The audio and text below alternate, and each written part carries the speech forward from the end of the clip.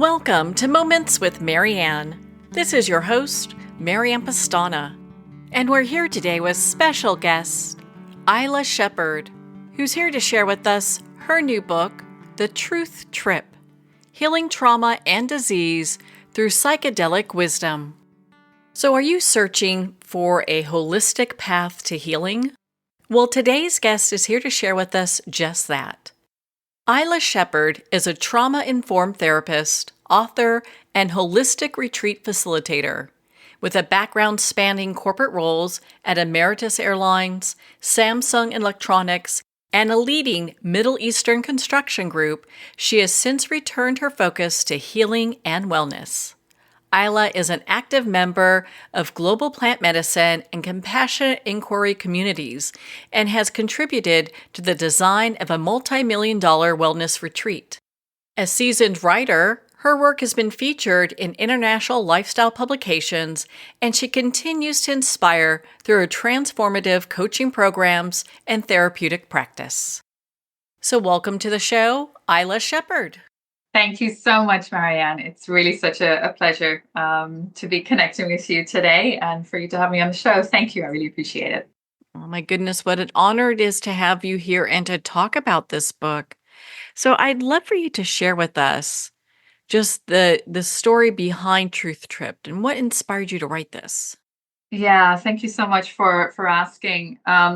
Well, really, it's I guess a story of how a really unexpected cancer diagnosis triggered a search for truth in my world. I was 42, thought I was super fit and healthy and active. I was vegan. I did juice fasts. I did lots of energy healing and all of that. So when I get this diagnosis of having stage 3 colon cancer, it really just threw me through a loop. And I had surgery to remove the tumor, but there was some metastasis. And I had a couple of oncologists pretty much say that if I didn't do chemotherapy, that I wasn't going to make it.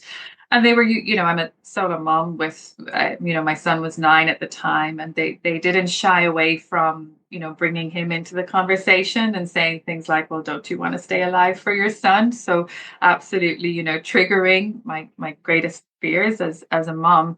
But there was something in me that told me that I needed to go another way.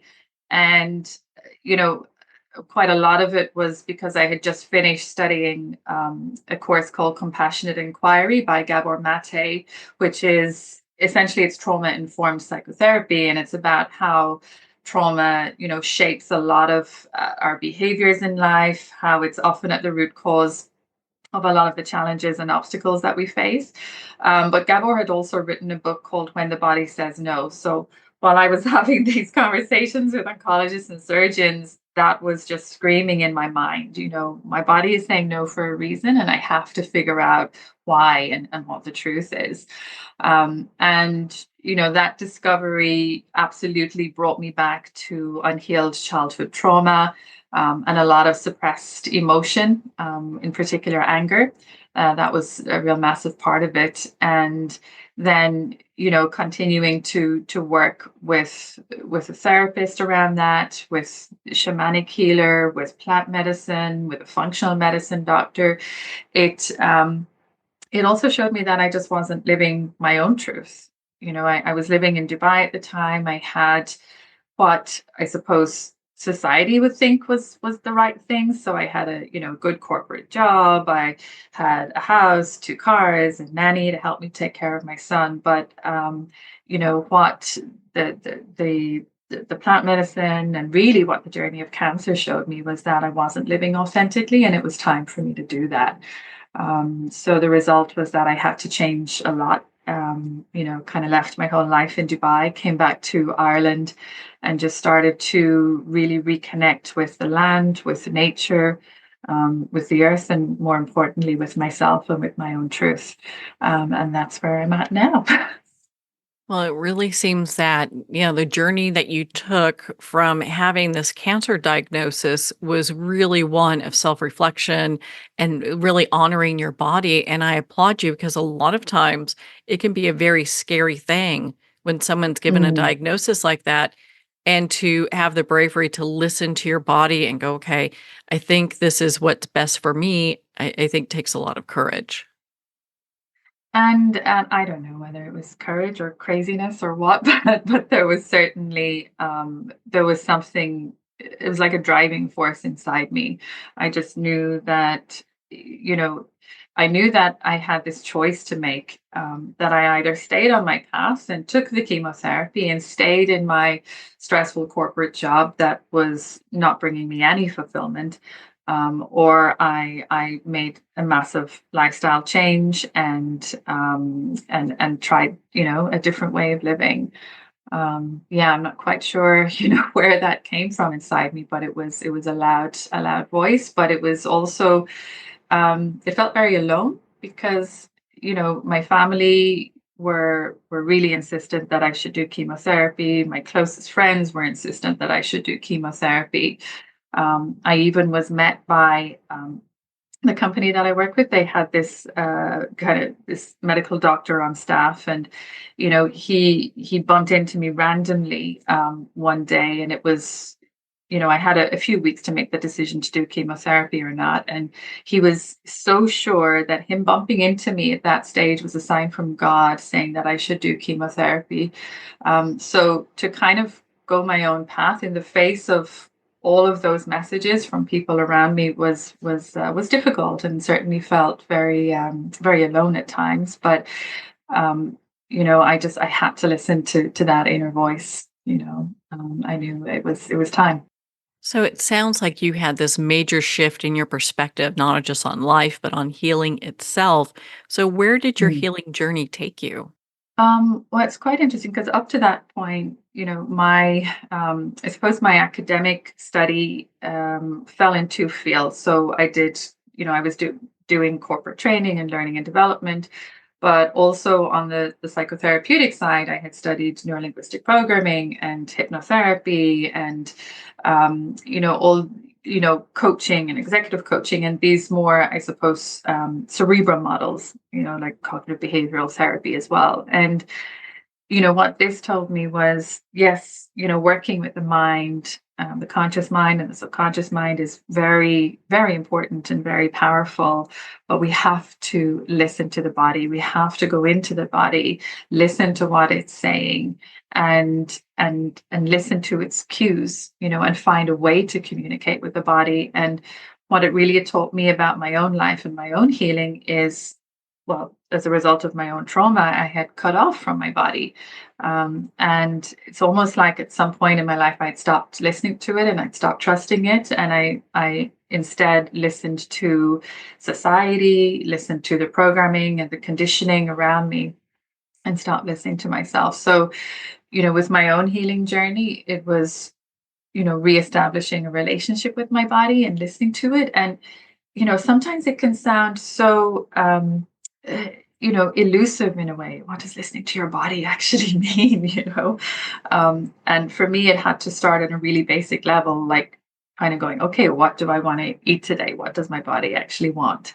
And then it kind of morphed into, if I felt a twinge or a tightness or a bit of tension, just stopping and exploring that, and using the modality of compassionate inquiry and what Gabor taught us, which is to kind of ask ourselves, right, okay, so if I have a pain or a twinge in that part of my body, I wonder, is there any emotion attached to that? And if there's an emotion attached to that, where does that emotion go back to? So it's been a long process, I think, of, just learning to connect with myself in a different way. But in terms of the work that I do now with other people, for me, it's just an integral part of that work too. We have to listen to what the body is saying, and the body speaks to us all the time. And if we listen to it when it's whispering to us or when it's speaking softly to us, then that's great, and then it's happy and it continues to support us. But if we're not listening to it, I feel it starts to speak louder and louder and louder until there's a big shout, and we get something like, the stage 3 cancer diagnosis, or the divorce or the accident. So I think learning to listen to the body when it's speaking quietly to us can save us a lot of pain in the long run. As you were going along through your journey, what was a breakthrough moment you experienced during your healing?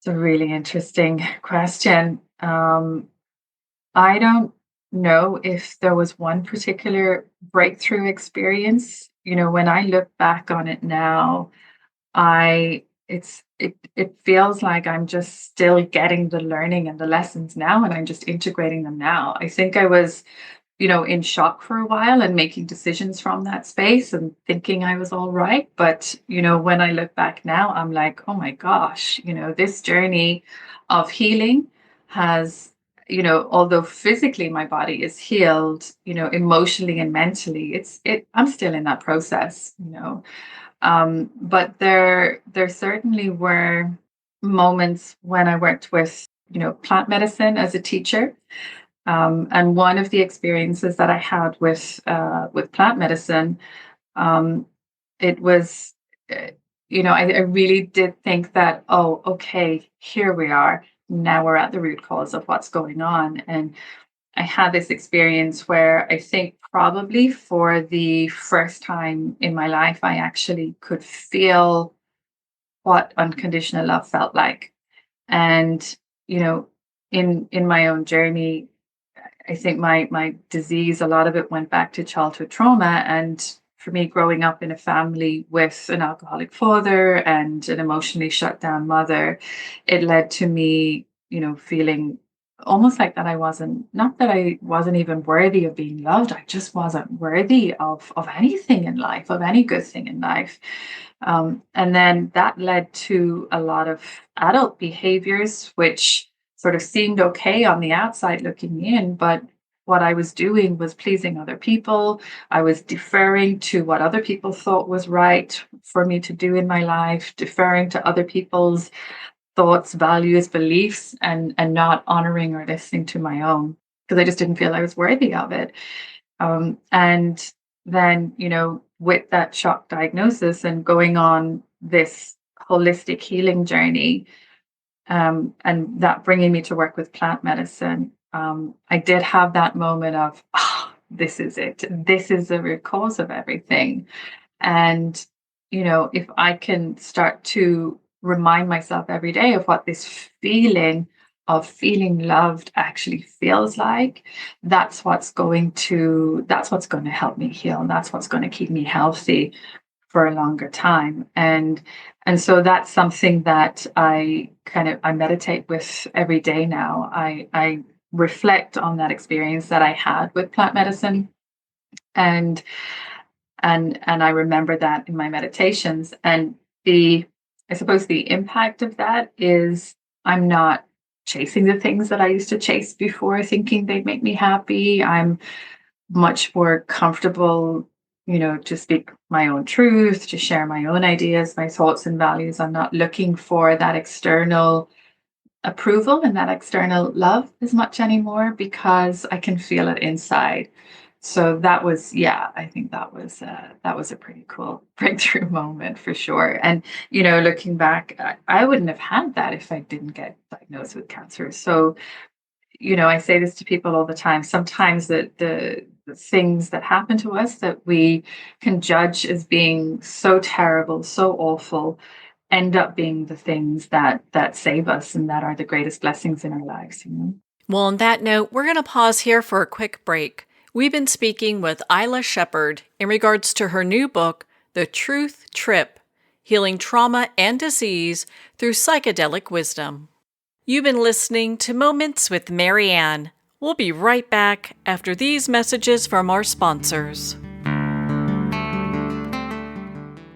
Are you an author, speaker, or expert who is looking for more publicity? Visit radioguestlist.com and sign up for free interview requests from shows looking for guests. Radio Guest List is the #1 free booking resource for radio, podcasts, and TV talk shows who are looking for experts like you right now. Visit radioguestlist.com and sign up today to get the visibility you deserve.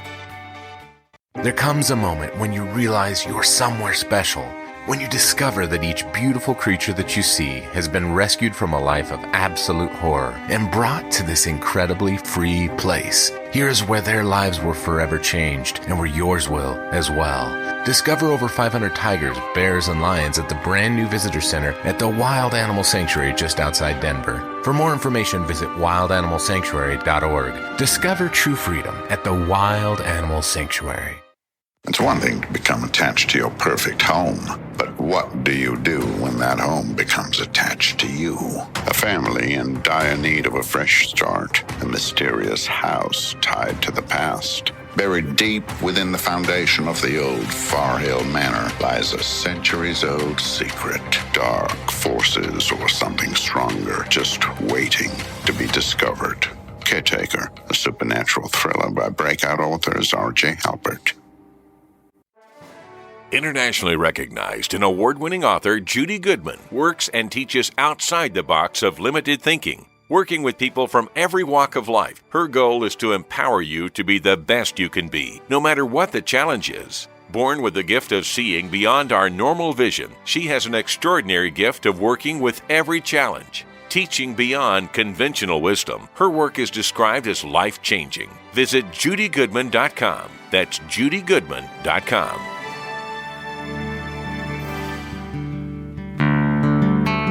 I'd like to thank Jason Eastwood at Guitarfulness for sharing his inspiring music and talent with us. His music is known worldwide for cultivating atmospheres of harmony, inner peace, and clarity. Visit Jason's website at guitarfulness.com. Join his newsletter, be part of his community, and download his music. Welcome back to Moments with Mary Ann. We're here today with special guest, Ayla Shepherd, who's here sharing with us her new book, The Truth Trip, Healing Trauma and Disease Through Psychedelic Wisdom. Was there a journey with plant medicine that helped bring you to this healing place? There was one in particular with psilocybin where I felt that. And I'll never, I'll never forget that experience and where I was, and I was, lying on the ground. I can still see the color of the duvet that was over me, just because that feeling was so powerful and so profound. And I've worked with, different forms of plant medicine in different countries, like ayahuasca in Peru and South Africa, and in the Netherlands as well. But this one particular experience that I had with psilocybin was just unlike any other. It was just, I've just felt so completely filled with this kind of just maternal, unconditional love. And it was the first time that I just feel like I felt that in every single cell and fiber of my body. Just really, really beautiful and really, really profound. And, I've worked with psilocybin quite a few times, and I find that it can speak to us in different ways. And sometimes it can be quite direct. Sometimes it speaks to us through metaphors. Sometimes it's always from unconditional love, but sometimes it can be more of a paternal type of love and directing us and telling us specifically, what to do. But this experience for me was just complete maternal, unconditional love. Yeah. And, we talk about love obviously a lot in our world and our society. And, as a therapist, I'm saying over the years, I don't know how many times I've said to clients, well, you have to practice self-love, you have to love yourself. But for a lot of us, we have no reference point for that. Because, at least speaking for myself and a lot of the people that I work with, we would have grown up in environments where there was a lot of conditional love, where we had to be a certain way in order to receive approval or attention from our parents. So for us to have that kind of focal point, that visceral knowing of what unconditional love feels like, I think is important for us in our society. I think that's such a big deal. And was there a link between going through and uncovering past traumas or the roots of past traumas, understanding it, and then you're healing from cancer? Yeah. Yeah. It was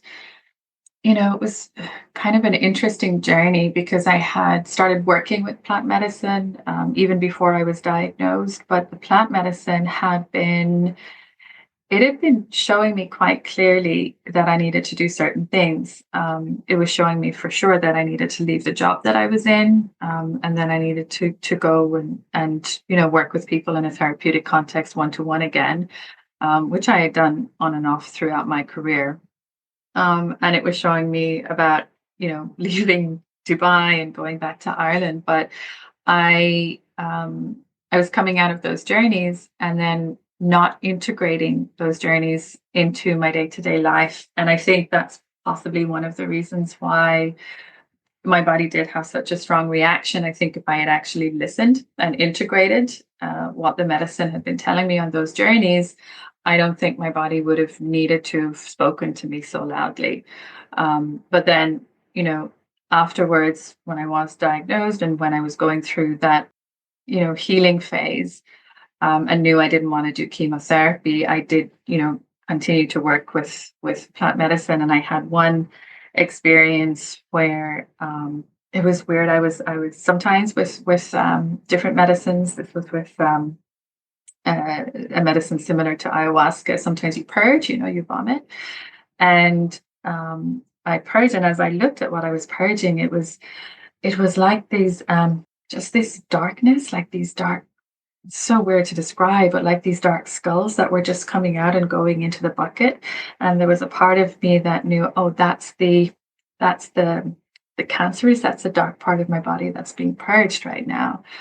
And so having those experiences, although there's no, there's no, I still, I'm quite rational in my brain a lot of the time. I would love for there to be some kind of a scientific evidence of this where you do a test before and then you have this experience and then you do the test afterwards to prove empirically that, there's evidence of healing in this way. But there was something, especially from that journey, I knew, okay, I'm purging this, I'm releasing this now.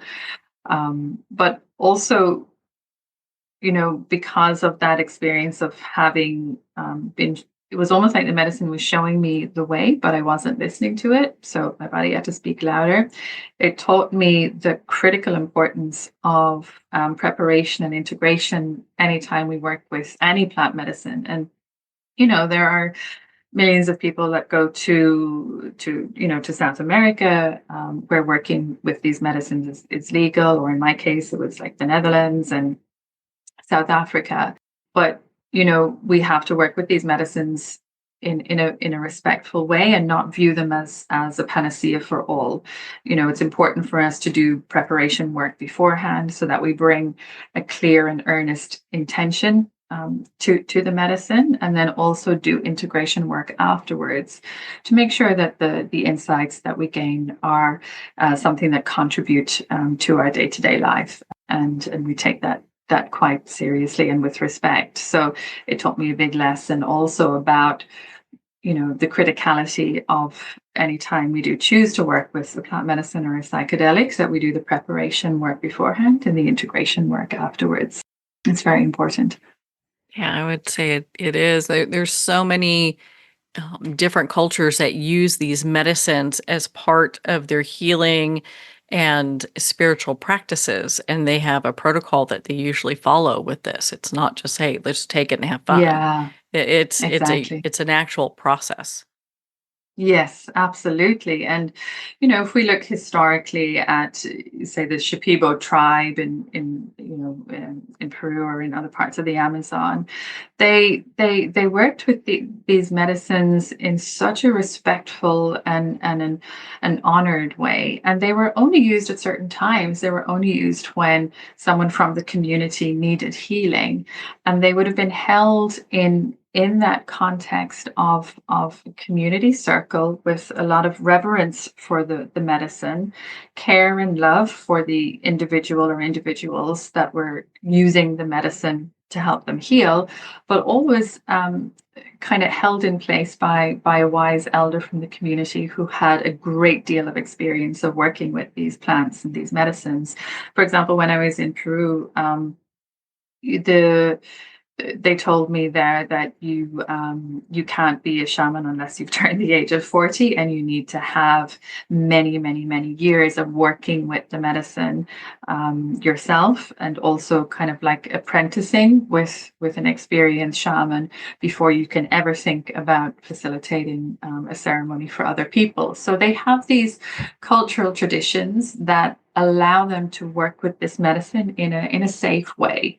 And I think, in our Western culture, where we're, obviously a lot of people are using these medicines by either traveling or else, using them in an underground fashion, we're still struggling to find our place, in how we can create a cultural context that works for us, to use these medicines safely. And there are different models that are being applied. And, I know certain parts of the US, like in Oregon, I think, where they're trying the psychedelic assisted therapy model. And, perhaps that's one model that can be adapted to suit our culture, but I think it's going to take a little bit of time, for us to figure that out. Yes, I know there's lots of scientific studies going on now where they have people that are veterans or have gone through specific trauma that are trying plant medicine to see if it will help with the healing process. And one of the things in your book you talk about is this connection between trauma and disease. How did you discover this link even, and how did that shape your whole approach to healing? Well, I had that's a lovely question. Thank you. So, when I was a fledgling hypnotherapist in Ireland, I think it was about 29, so quite a long time ago, I came across the work of Louise Hay. So she wrote a book called "You Can Heal Your Life," and in that book, she discusses the metaphysics of disease and how each disease that shows up in our life has an emotional component to it as well. And I remember, I think I had one client who came in, and she, we had done our hypnotherapeutic process, and it was towards the end of the session. And she just started complaining about cold sores. So I went and I looked at, what's the metaphysics of cold sores? And it said suppressed anger. So I just go back to the client and I'm like, well, I think there might be something about suppressed anger and cold sores. And she just sort of looked at me, sat back in the chair, and she was like, oh, actually, so I've just changed departments, and I was really angry with, my team before, but because I knew I was changing departments, I didn't do anything about it. I didn't say anything about it. So maybe this is what's going on in my body. And that was kind of my first experience of it. And over the years, it was, if something showed up, I would kind of think, oh, okay, I wonder, what else is my body telling me here? What's the emotional side of it here? What's the mental pattern here? But then, I think it was probably Gabor Mate's work, so studying compassionate inquiry with him. That's what really kind of brought it home for me and brought it to life. And, when I looked at, the emotional pattern of colon cancer, and I had this massive tumor in my ascending colon, when I looked at the metaphysics of that, it said suppressed anger. Anger is the root of a lot of problems for us, but it specifically said suppressed anger for that part of the colon. And that was, when I looked at that, it was so true. I had suppressed years of anger towards my mom and my dad, and had developed this coping mechanism of being a nice, pleasant, people pleasing person. And had somehow created an identity around that. So as an adult, it never felt comfortable for me to express anger. So I would just kind of, keep it all inside, keep it in my body. And so looking at it from that lens was so important. And now that I look back and, think of other people in my life, like my dad, for example, he died of lung cancer when he was quite young. He was just 64. But the metaphysics of lung cancer are stored grief and bereavement. And that was certainly true of my dad. So when he would drink, a lot of his grief would come out, but he had no way to process that in a healthy way as an adult. Just at that stage in Ireland, there was no discussion of mental health or therapy or anything like that. And we've certainly come a long way now. But I think it's just, our body is speaking to us all the time. And if we can listen to it when we get a little twinge in our back, or if we have, a little bit of inflammation in our knee, or tightness in our chest, if we can start listening to it and going, okay, what's that twinge in my upper back? Is that a relationship thing? What's that little, that I've had lower back pain for a few weeks? Am I worried about something? Am I worried about a burden that I have? Am I worried about a financial burden? If we can start exploring things from that perspective, it can go a long way, I think, in giving us clues to the root cause of what's going on. And the challenge is that, if we have a twinge in our back and we go to a medical practitioner, the first thing they're going to do is kind of say, right, what medication can I give you now to help you not feel that twinge, to numb your nerves from passing that message of pain up to your brain. They're, possibly don't have time to help each patient come and look at the root cause. So I think we have to take ownership of that for ourselves. There's so much there that we have to consider, and that's right. A lot of times, while doctors have some really great answers to a lot of different things that happen, they may not have all the answers, and to do some self-discovery, I think, is such a profound thing. And it has me kind of Yeah. thinking, I mean, you've been helping so many people on their journey. What's next on your journey of healing and helping others?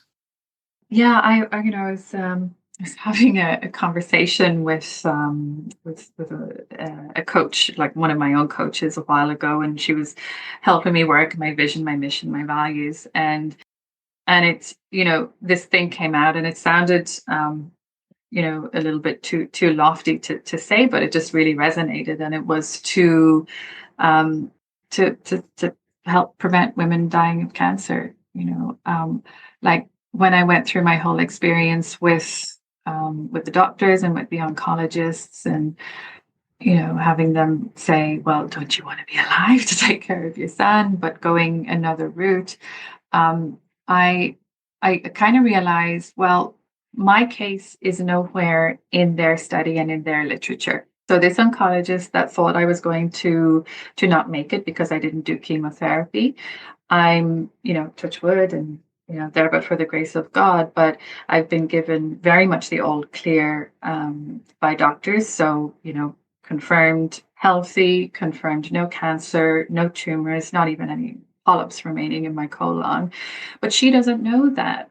So the next time, a patient goes to her that perhaps is in the same situation as me, she's going to tell them the same as what she told me, which is just, 100% advocacy of going down the chemotherapy route. And I thought, there's very little room and space, I feel, in our society for stories that go against the grain. There aren't robust, pharmaceutical-led studies that look at, well, somebody that was advised cancer or chemotherapy who didn't take it, what's the survival rate there? There just isn't enough robust data on that. So for me, it was important to share my story for that reason, and to continue working with people to help them, heal the root cause of diseases that show up in their body, to help them heal their childhood trauma, and allow them to start living lives where they feel they're able to be their authentic selves. So continuing to work with people remotely, continuing to work with people one-on-one is something I'll be doing. And I'm also running some retreats here in Europe and in other locations as well, and supporting people as well who are choosing to do plant medicine work, supporting them with the preparation and integration around that too. So yeah, there's lots going on. It's fun. What would you like readers and our listeners to take away from the Truth Trip? One thing for me that's really important is that we take ownership and dominion over our lives and our bodies and our health, and we become curious about what our body is saying to us and about what life is saying to us. If we're finding ourselves repeating the same relationship drama, well, what's that telling us? What is this situation bringing up for me to see in order to heal? That's really important. I think that we start taking ownership of our lives, ownership of our health, and just regaining sovereignty over our lives again, not handing our lives over to one person who might be wearing a white coat who has a particular degree, not giving our lives over to victimhood, but saying, okay, this is showing up in my life. This is happening. I wonder what's going on. I wonder why. I'm becoming really curious about that. And the beautiful thing about the age that we live in now is that there's so much information at our fingertips. When I discovered Louise Hay's book, gosh, I don't know, almost 20 years ago, it was like this kind of sacred gift that I'd been given. But we're so fortunate now to have access to so much information. And yes, it can be a curse at some levels, but it can also be a beautiful tool to help us understand ourselves more, to help us heal ourselves, and to help us live authentically. I think that's really the key for me. What else do we need to do to live authentically in this lifetime? Well, Ayla, you're such an inspiration, and I felt your book, The Truth Trip, was such a profound read. Where can our listeners connect with you and be part of your community and learn more about your work, and also how they can attend one of your events? Sure. Thank you so much for asking, Marianne. So most information is on my website. So it's www.aylashepard.com. And that's where I keep everything. Also on Instagram, Awaken with Ayla. And yeah, then the book is available on Amazon and I think on Goodreads as well. Well, Ayla, thank you so much for taking the time to be on the show with us here today. Oh, it's been an absolute pleasure to connect with you, Marianne. Thank you so much. It's been so fun. Thank you. Well, thank you, Ayla. It's been such an honor to spend this time with you and to talk about your new book, The Truth Trip.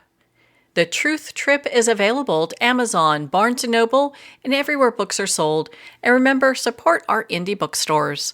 If you don't see it on the shelf, just ask for them to order it. Well, we're at the end of our time today. I'd like to thank everyone for tuning in.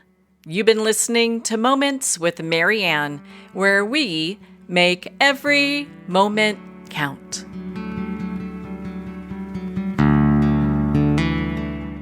In a single moment, your life can change. Moments with Marianne is a transformative hour that covers an endless array of topics with the best of the best. Her guests are leaders in their fields, ranging from inspirational authors, top industry leaders, and business and spiritual entrepreneurs. Each guest is gifted and a true visionary, a recognized leader in her own work, and while teaching others to develop, refocus, and grow, Marianne will bring the best guest and sometimes a special surprise. Don't miss this. You never know just which moment will change your life forever. Make sure to tune in and visit momentswithmarianne.com for more information.